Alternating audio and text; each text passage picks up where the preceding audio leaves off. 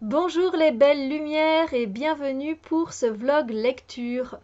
Aujourd'hui, je vais vous parler d'un livre que j'ai terminé il y a pas très longtemps, donc qui s'appelle La promesse de l'ange de Frédéric Lenoir et de Violette Cabezos.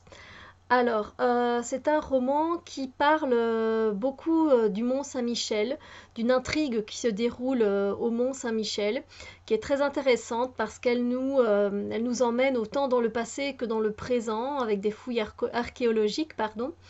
Et donc ces deux auteurs ont contribué à ce livre qui est un pavé de 627 pages. Donc, je préfère vous prévenir, d'accord, parce que bah, c'est quand même du pavé. Moi, ça fait un petit temps que je le lis parce que d'habitude ça va assez vite. Ce qui se passe, c'est que des fois j'ai pas le temps en journée de lire un peu, donc je lis que le soir et puis boum, je tombe endormie. Donc voilà, je disais un livre qui nous emmène au Mont Saint-Michel. Alors je vais vous parler de la quatrième de couverture, de ce qu'il raconte. Donc on peut le trouver en livre de poche. Il coûte 7,90 € et c'est très intéressant pour ceux qui aiment ben justement tout ce qui se trame autour du Mont Saint-Michel, son énergie, ce que ça dégage. On parle on parle des Celtes, on parle des druides, on parle des moines, beaucoup de moines, je préfère le préciser, bénédictins, enfin bref, beaucoup de moines qui conservent des secrets depuis des siècles et des siècles. Euh, on parle de secrets, on parle euh, de se vouer à Dieu, à l'Église. On parle beaucoup d'architecture parce qu'on parle surtout oui, d'architecture du Mont Saint-Michel. Donc il faut aimer vraiment les détails qui concernent ça, hein. Moi, j'ai fait 6 ans d'histoire de l'art et je vous avoue que des fois, il y avait certaines longueurs qui ne m'intéressaient pas tant que ça. Après, j'avoue que ça fait très longtemps que j'ai pu été voir le Mont Saint-Michel. Donc évidemment, j'avais du mal à me le mémoriser en tête. Mais pour ceux que ça intéresse, on a une description par rapport au roman, voilà. Donc ça c'est intéressant, mais je ne l'ai vu qu'en fin de livre. Mais oui, parce que bon, on commence un livre par le début, pas par la fin. Bon, je vous lis la quatrième de couverture. Donc vous savez, Frédéric Lenoir, je fais une petite parenthèse avant de lire la quatrième de couverture, il est surtout reconnu pour faire des livres plutôt basés sur la philosophie, un peu plus sur le spirituel, comme Cœur de cristal, comme euh, L'homme qui voulait être heureux. Je regarde dans ma bibliothèque. Ah non, L'homme qui voulait être heureux, c'est Laurent Gounel, pardon. Frédéric Lenoir, Cœur de cristal, L'âme du monde, je ne sais plus quoi d'autre. Enfin bref, il est connu plutôt pour des romans un peu plus philosophie, avec une certaine morale derrière, avec des choses un peu plus spirituelles, de l'écriture assez poétique. Et ici, on le retrouve dans un thriller. Et il a également fait, pardon. Il a également fait, je ne l'ai pas encore lu celui-là, c'est L'Oracle de la Lune, que j'ai hâte de lire aussi, et je pense que c'est un peu dans ce style-là. Alors, on y va. Vous avez enfin la quatrième de couverture. Alors, la promesse de l'ange.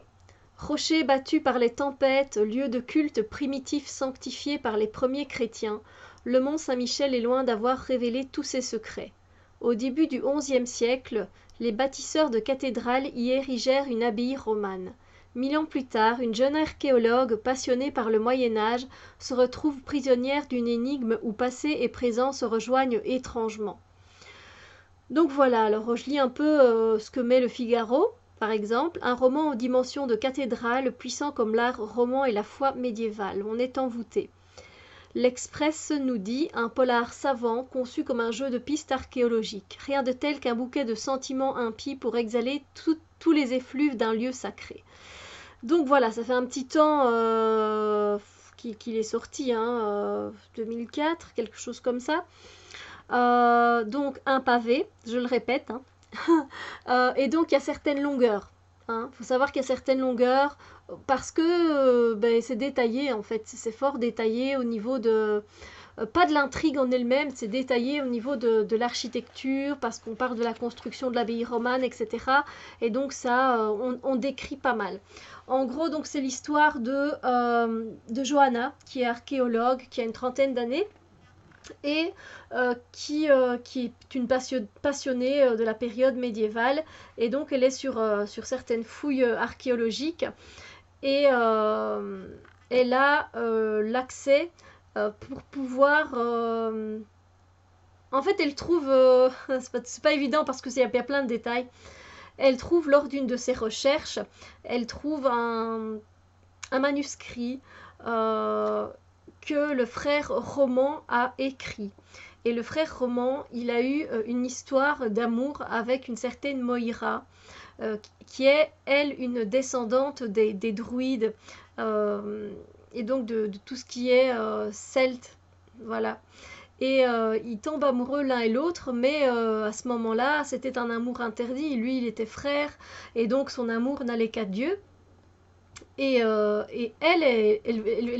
voilà, elle voulait juste aimer Roman parce que, voilà, elle l'aimait. Et voilà, leur amour a été impossible malheureusement.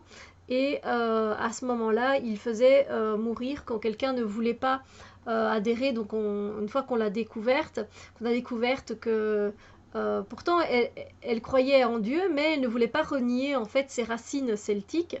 Et il y a un frère qui l'a aperçu, frère Almodius, pardon, qui était tombé amoureux d'elle aussi, l'a vue en train de prier le dieu Ogmé, le dieu Ogmé qui est le dieu des Oghams. Voilà, ou alors on parle vraiment de toutes ces choses-là, c'est pour ça que j'en parle et je pense qu'il pourrait peut-être plaire à plusieurs personnes. Et du coup, il la dénonce et elle refuse de renier ses origines. Voilà, elle veut bien, elle aime Dieu, voilà, c'est pas la question, mais elle ne peut pas renier ses origines. Et évidemment, il y a tout un secret derrière qu'elle confie au frère Roman. Et donc, à ce moment-là, eh bien, on faisait... on tuait jusqu'à temps que la personne dise ok, je renie mes ancêtres, etc. Et bien jusqu'à ce moment-là, on faisait passer les épreuves par les 4 éléments. Donc on laissait une journée, on mettait la personne dans une cage au bord d'un précipice avec le vent qui venait souffler, et voilà, elle avait quasiment rien sur elle, elle était en boule, et le vent soufflait, donc vraiment pour oula, je vois que j'ai un trou dans mon bas. Pardon, vraiment pour qu'elle meure tout simplement. Il y avait aussi le supplice par l'eau. Donc là, elle était mise par rapport au Mont Saint-Michel pour que la marée l'emporte, mais la marée n'est pas venue l'emporter. Bon, là, je spoil un peu. Ensuite, on faisait supplicier les gens par la terre, non par le feu. Le feu, je pense que ce sont les rayons du soleil, si je me souviens bien. Et puis par la terre, on la mettait dans un trou. Et voilà, soit la terre la reprenait ou pas. Donc non, et le feu, c'est le dernier, le feu, c'est le bûcher. Voilà. Voilà ce qu'on faisait. Donc on apprend pas mal de choses, hein. J'ai appris vraiment pas mal de choses. Et donc la jeune archéologue, en découvrant ce manuscrit, elle a envie de... En fait, elle fait des rêves depuis qu'elle est toute petite d'un moine décapité. Et puis, elle comprend que ce moine décapité, c'est Roman.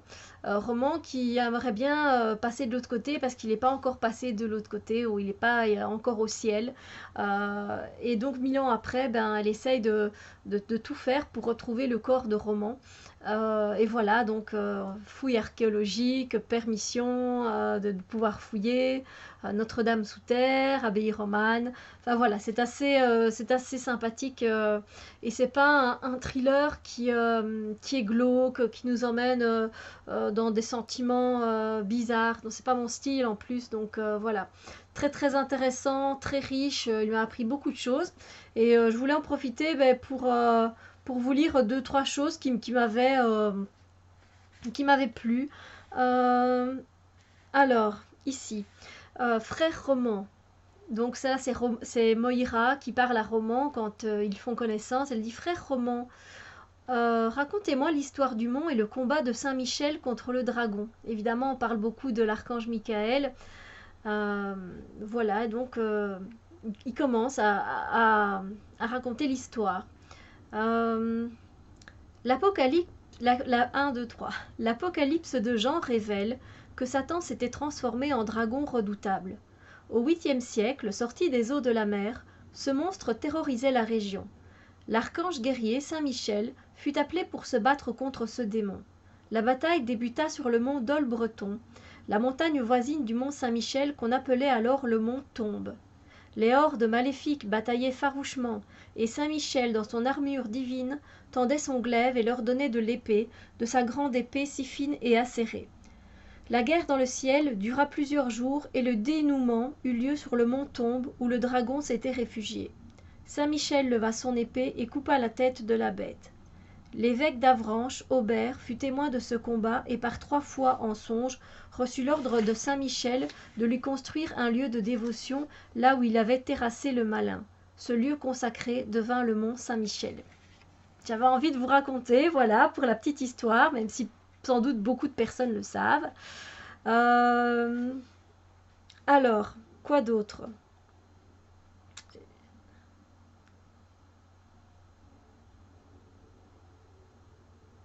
Euh, il y a des passages que j'ai pliés pour vous, pour moi et pour vous. Un vlog lecture un peu plus long que d'habitude. Je m'étale, je m'étale. Alors,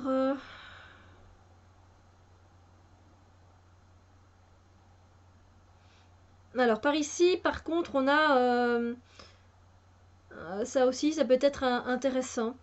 Je vous explique. Donc, c'est Johanna qui est en train de parler à François, son compagnon. Elle lui dit « Il serait schématique et réducteur d'oublier le symbole et l'influence de la religion. Au XIe siècle, tout est symbole, tout fait sens, car nous sommes dans un siècle de foi. Si l'on admet que le meilleur critère pour juger de l'art de cette période est celui de la foi, on se penche sur les théologiens du haut Moyen-Âge selon lesquels le premier attribut de Dieu est la simplicité. Pour les moines de ce temps-là, qui cherchaient à se rapprocher de Dieu, la simplicité est le but de la vie spirituelle. Se purifier, quitter les passions, les contradictions humaines, les contraintes de la chair. Or, quel art roman sinon dépouillement et simplicité ? Le gothique traduit en revanche un souci esthétique et pratique, impliquant que la vie spirituelle n'est plus l'unique but de l'existence.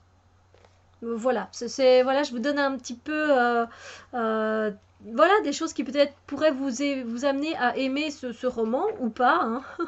Voilà, comme ça peut peut-être vous décider.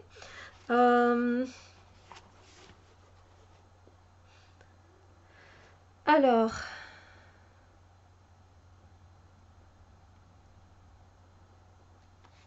voilà. Là, on parle encore de Johanna. Voilà, c'est Johanna qui, on explique dans le roman, ce sentier qu'elle emprunte est aux confins du monde terrestre, à la lisière du ciel. C'est sa voie, et elle n'a pas le droit d'y faire marcher quelqu'un d'autre. Oui, tout est clair à présent, elle est loin, trop loin déjà pour les hommes. Si elle veut parvenir au bout du voyage, elle doit renoncer aux conjonctures et aux normes du monde dans lequel elle a vécu. Contrairement à ce que raconte la légende bretonne relatée par Simon, elle ne croit pas finalement que la fin du périple soit la mort, sa mort. Non, le fantôme ne l'emportera pas au ciel, au contraire, il la rendra à elle-même. Elle réalise que malgré toute l'étrangeté qui entoure sa vie depuis qu'elle vit au mont, jamais elle ne s'était sentie aussi proche de ce qu'elle est vraiment et qu'elle méconnaissait auparavant. Cette quête lui a fait découvrir une femme intuitive, aimable, consciente de ses désirs, sensible, engagée, entière. Entière, oui, c'est le mot juste, non plus tiraillée entre les appétits de son esprit et ceux divergents et méprisés de son corps. Un être uni, harmonieux, tourné vers une recherche qui parfois la dépasse, mais confère à son existence une valeur nouvelle, le sens exonéré du doute. Peu importe qu'on la croie ou non, qu'elle passe pour folle, que Roman et Moïra aient réellement vécu, que le moine décapité ne soit qu'un fantasme né dans sa tête ou dans celle de moine de jadis. Enfin voilà. C'est très très intéressant. La lumière du soleil m'aveugle un peu. Et je vais vous lire encore un petit passage, tant que j'y suis. Euh, Non, mais c'est pas ça que je voulais lire, hein. Je voulais lire un passage.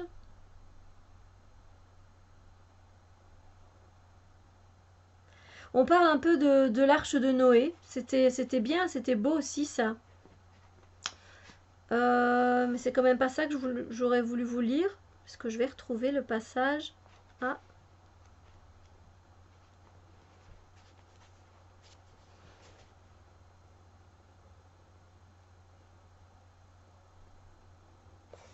c'est pas ça.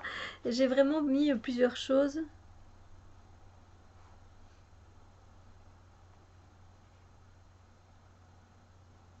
Ah, voilà. Ah, désolée, désolée, je suis désolée. Mais il y a tellement de choses intéressantes dans ce livre que voilà, j'ai envie de vous partager un petit peu si vous êtes intéressés. Au moins, voilà. Alors, là, on parle de Moïra. Donc voilà. Moïra doit être le symbole incarné des deux plus grandes qualités que possède son peuple pour pouvoir s'adresser aux dieux et demander leur aide. Elle doit représenter la connaissance et l'énergie combattante. Donc Moïra, je vous le rappelle, est descendante du peuple celte. Debout sur la berge, les yeux sur le noir de l'étang, elle passe les mains derrière son cou et en décroche sa croix de baptême, un petit crucifix de bois qui pend à une cordelette. Elle tend le crucifix face à elle et soudain le jette à l'eau. Autrefois, ses ancêtres donnaient en offrande les épées recourbées de l'ennemi battu ou le corps vivant et ligoté du rival, tandis que les vainqueurs de la bataille partaient à la chasse au crâne, décapitant l'adversaire mort, attachant sa tête à l'enclure des chevaux comme un trophée. C'est pas trop ça que je voulais vous lire, c'est la suite. Elle voudrait embrasser la tête et le corps de son ennemi, qui sera peut-être son sauveur, s'il lâche son arme à lui, ce symbole chrétien que les dieux du Cid peuvent convaincre. Moïra exhibe de sa poche un minuscule objet que lui avait donné son père et qu'elle a sorti cette nuit de sa cachette. C'est une croix d'or et d'os qui résume toutes les connaissances cosmogoniques et métaphysiques des druides. Une croix dont les 4 branches égales, en or, sont gravées de petits signes géométriques appartenant à l'écriture des druides et du dieu Ogmé, les Oghams. Ces symboles représentent les 4 éléments, l'eau en bas, le feu en haut, l'air à droite, la terre à gauche. Voilà, ces branches naissent de 4 cercles centraux. Le plus petit est le cercle de Gwynwed, qui représente l'ascension de l'âme auprès des dieux. Le deuxième est le cercle d'Anouim, le cercle de l'abîme. Le troisième, le cercle d'Abred, figure la destinée également partagée entre le bien et le mal. Enfin, le cercle de Kegant, le plus grand, est celui d'où sortent les âmes sous forme d'étincelles pour entreprendre leur migration vers d'autres corps. Voilà. J'ai fait vraiment là un vlog lecture très long, mais c'est vrai que vu le pavé, ben voilà. J'espère que j'ai pas été trop brouillon. Des fois, je sais que je m'égare et il y a tellement de détails dans ce livre que voilà. J'espère que vous aurez compris de quoi veut parler un peu ce livre. S'il vous intéresse, eh bien foncez. Et puis si c'est un peu trop, ça vous semble un peu trop lourd pour vous, ça c'est à vous de voir. Mais en tout cas, l'écriture est assez fluide et légère, à part les détails quand il parle de l'architecture, d'une nef, d'une tombe, de quelque chose. C'est vrai que ça c'est toujours un peu plus détaillé. Donc voilà, moi j'ai vraiment bien aimé ce livre, c'est vraiment une chouette lecture, totalement différente. J'avais pas encore lu, je pense, quelque chose dans ce style-là. Donc voilà, ça m'a bien plu en tout cas. Moi, je vous souhaite une très belle journée. Et puis, si vous avez envie de partager votre lecture du moment, ah ben, c'est avec plaisir parce que moi, j'aime bien voir ce que vous lisez. Et ainsi, ben, si c'est intéressant, je vais mettre dans ma wishlist. Et voilà. Puis, si vous avez déjà lu, ben, je peux parler avec vous du livre un petit peu. Enfin, voilà, c'est avec plaisir. Donc, n'hésitez pas. Et puis, on se retrouve très bientôt pour d'autres vidéos. Bisous, lumière.